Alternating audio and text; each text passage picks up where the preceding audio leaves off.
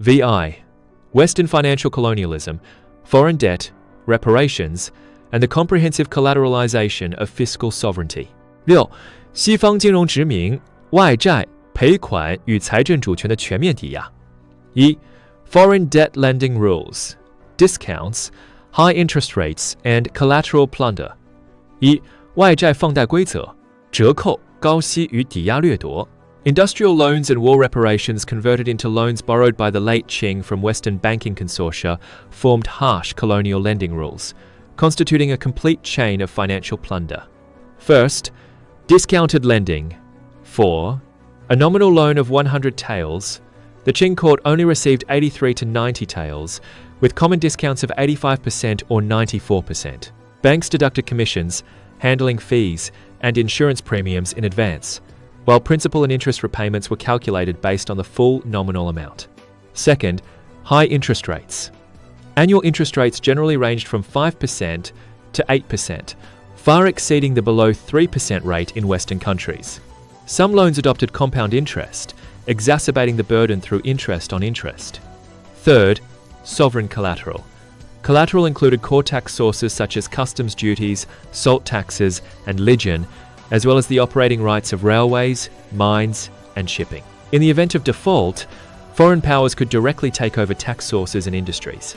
Taking the Russo-French loan and the Anglo-German loan after the First Sino-Japanese War as examples. The nominal loan was subad million francs, but the Qing court only received 336 million francs, an 84% discount, with an annual interest rate of 4%. The entire customs tariff was pledged as collateral. The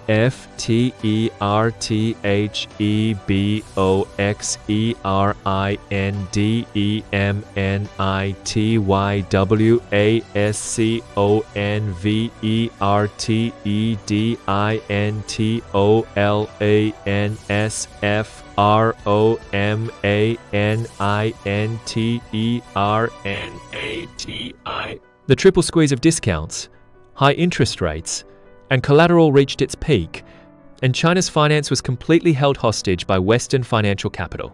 2. War reparations and the colonialization of finance. 2. 战争赔款与财政殖民化. The Treaty of Shimonoseki after the First Sino-Japanese War imposed 2 亿 taels of silver in reparations, plus 3,000 万 taels for the redemption of Liaodong Peninsula. The Boxer Protocol imposed 450 million taels of silver in reparations, with principal and interest totaling nearly 1 billion taels, to be repaid in Sanshijou annual installments.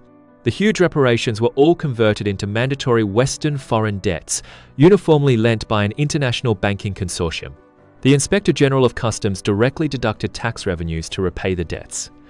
By 1911年, the Qing court's annual fiscal revenue was approximately 2亿6千万 taels, of which 180 million taels were used to repay foreign debts and reparations, leaving only 80 million taels for administrative, military, and livelihood expenditures. CENTRAL finance was completely colonialized. Investment in industry, education funding, and disaster relief funds were drastically cut, and national governance capacity declined comprehensively. 3. The monopoly of foreign banks and the arduous response of Chinese founded banks. 外商银行垄断与自办银行的艰难应对。Foreign banks such as HSBC, Deutsche Asiatische Bank, Citibank, Russo-Asiatic Bank, and Banque de l'Indochine dominated China's financial landscape, operating a full range of businesses including foreign exchange, deposits, note issuance, lending, and national debt underwriting. They handled all foreign debt and reparations payments of the Qing court, acting as China's central bank. Foreign banks manipulated financial markets through exchange rate and interest. Rate fluctuations, squeezing private qianzuang and piaohao, traditional draft banks, and controlling the flow of capital in China.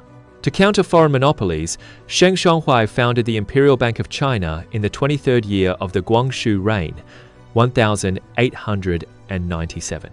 China's first modern commercial bank. Modeled after HSBC, it could issue banknotes, handle official remittances, and support industrial financing. In the 30th year of the Guangxu reign, 1904, the Qing court established the Hubu Bank, Ministry of Revenue Bank, later reorganized into the Ta Qing Government Bank, which exercised central bank functions such as unifying the currency system, managing the national treasury, and regulating finance. The late Qing attempts to establish Chinese-founded banks were important initiatives to recover financial sovereignty. However, due to Western capital suppression, political instability, and capital shortages, a complete independent financial system was not formed, and financial sovereignty remained in the hands of foreign banks. 7. Fiscal imbalance in the late Qing, central exhaustion, local surpluses, and the economic collapse of the dynasty. 7. 清末财政失衡，中央枯竭，地方富储与王朝经济崩盘。1. Fiscal restructuring and the division of fiscal power between central and local governments. 1. 财政结构转型与中央地方财权分化。The late Qing fiscal system gradually transformed from a traditional agriculture-dominated structure to a four-pillar system consisting of land tax, customs duty, legion, and opium tax. Land tax revenue growth stagnated, customs duties were controlled by foreign powers, and legion and opium tax were controlled by local governors-general and governors. Central revenue from the ministry of revenue continued to shrink. After the Taiping Rebellion, local governors-general and governors seized fiscal, military, and administrative powers, forming a fiscal pattern of strong localities and weak central government. The central government was unable to regulate local finances, and national finance fell into a fragmented state. 30 million taels of silver in the Hubei provincial treasury. The economic foundation of the 1911Revolution 湖北藩库3000万两存银，辛亥革命的经济基础。According to Zhang Ming's Rewriting Modern Chinese History and Late Qing Fiscal Archives, before the Wuchang Uprising in 1911年, the Hubei Provincial Treasury, the Shanhou Bureau, and the Mint held approximately 3000 万 taels of silver in reserves the highest among all provinces. This huge silver reserve accumulated systematically during Zhang Zidong's 18-year governorship of Hubei, derived from profits of westernization movement enterprises such as Hanyang Iron Works and Hubei Ordnance Factory, as well as the full collection of legion, salt legion, railway donations, and customs revenue shares. The reserve was earmarked for new army training, military industrial production, and school construction, becoming the material support for the Hubei new policies. When the Wuchang Uprising broke out in October 1911, the rebel army quickly occupied the provincial treasury and the Shanhou Bureau, obtaining 30 million taels of silver in military funds. They rapidly expanded their forces to tens of thousands, captured the three towns of Wuhan, and provided military funding support to other provinces, promoting the independence of various provinces. Hubei's huge silver reserve became the core economic foundation for the rapid victory of the 1911 revolution, also confirming the fatal fiscal imbalance between the exhausted central finance of the late Qing and the powerful local fiscal power. 3. Fiscal collapse in the economic end of dynastic rule. 3. 财政崩盘与王朝统治的经济终结。By the decennial of the Xuantong reign 1911年, the annual central fiscal revenue of the Qing court was less than 60 million taels, with foreign debt and reparations payments exceeding 5000万 taels. The remaining funds were insufficient to maintain the operation of the bureaucratic system and the military. Local governors, general, and governors intercepted tax sources, military pay for the new army was in arrears, westernization movement enterprises faced capital shortages, private tax burdens were heavy, small peasant economy collapsed, and national industry was under pressure.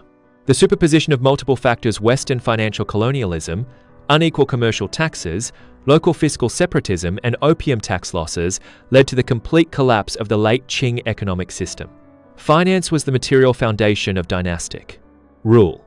Economic collapse directly led to the disintegration of the Qing court's ruling power, paving the way for the victory of the 1911 revolution and the end of imperial rule.